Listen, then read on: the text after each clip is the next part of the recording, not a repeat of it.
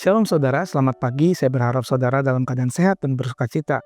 Kita bersyukur di pagi hari ini karena kita kembali lagi dalam renungan pagi Spiritual Life. Pada pagi hari ini, kita akan merenungkan pembacaan kita pada Keluaran 26 ayat 35 sampai 37 dengan judul Kristus adalah Jalan.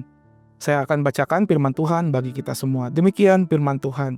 Meja itu harus kau taruh di depan tabir dan kandil itu harus kau tempatkan pada sisi selatan kemah suci, berhadapan dengan meja yang ditaruh pada sisi utara. Juga engkau harus membuat tirai pada pintu kemah itu hasil sulaman dari benang ungu tua, ungu muda, merah tua, dan linen halus yang dipintal benangnya.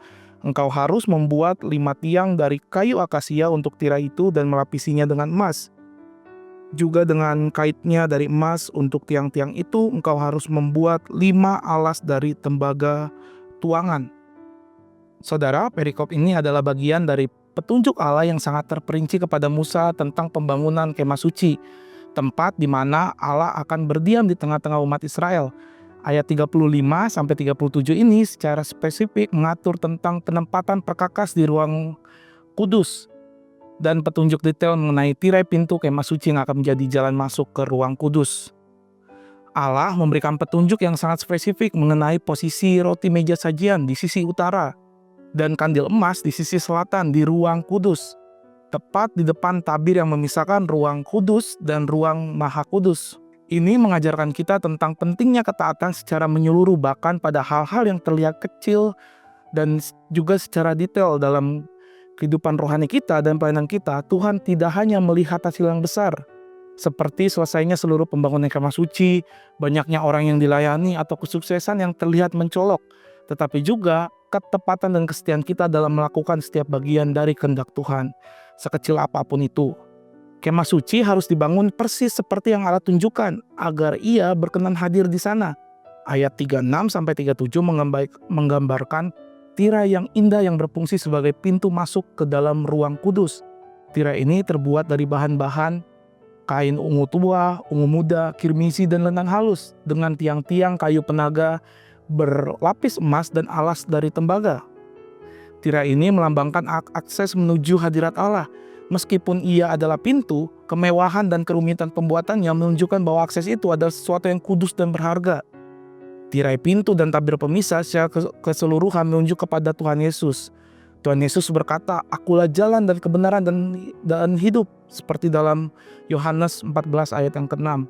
Saudara, tirai itu adalah pintu yang begitu penting, karena itu melambangkan bahwa jalan masuk kepada Allah Bapa hanya melalui Yesus Kristus, yang adalah Raja dan Juru Selamat kita. Detail tiang-tiang yang dibalut emas dan alas tembaga menunjukkan bahwa akses kepada Allah dijamin oleh kekudusannya dan kekuatan yang ilahi. Semuanya dipersiapkan dengan sempurna oleh Allah sendiri, bukan oleh usaha manusia. Injil Matius mencatat bahwa tabir bait suci terbelah 2 dari atas sampai ke bawah, seperti dalam Matius 27 ayat 51. Peristiwa fisik ini adalah sebuah deklarasi rohani. Tabir yang melambangkan tubuh Kristus dan merupakan penghalang terakhir telah dirobek. Melalui darahnya, Tuhan Yesus meruntuhkan tembok pemisah, membersihkan penghalang dosa, dan secara permanen membuka jalan bagi setiap orang percaya untuk masuk ke dalam hadirat Allah yang Maha Kudus, bukan hanya setahun sekali oleh imam besar, tetapi kapan saja. Dan hari ini, saudara, mari sejenak kita renungkan firman Allah yang sudah kita dengar. Saudara, apakah kita benar-benar meyakini bahwa akses penuh kita kepada Allah hanya melalui Yesus Kristus?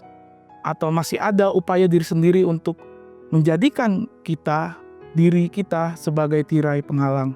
Mari bersyukur karena melalui Kristus kita memiliki akses penuh dan bebas ke dalam hadirat Allah. Jangan sia-siakan anugerah ini, gunakan kebebasan untuk datang mendekat kepada Allah dalam doa, penyembahan, dan ketaatan.